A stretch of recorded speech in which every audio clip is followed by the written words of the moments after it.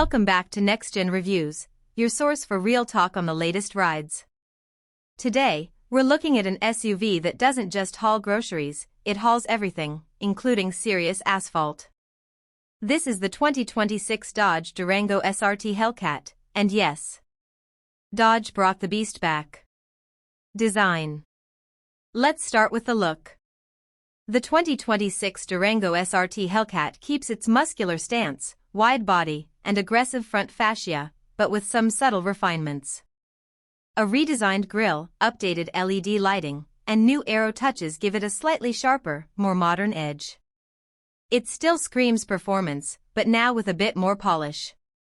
Performance. And here's the part everyone's waiting for, under the hood.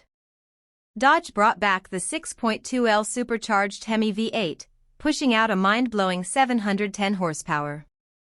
That's right, this family SUV still does 0 to 60 in about 3.5 seconds.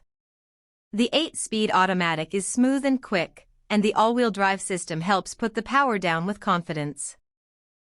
It's absurd, it's loud, and it's glorious. Features and technology.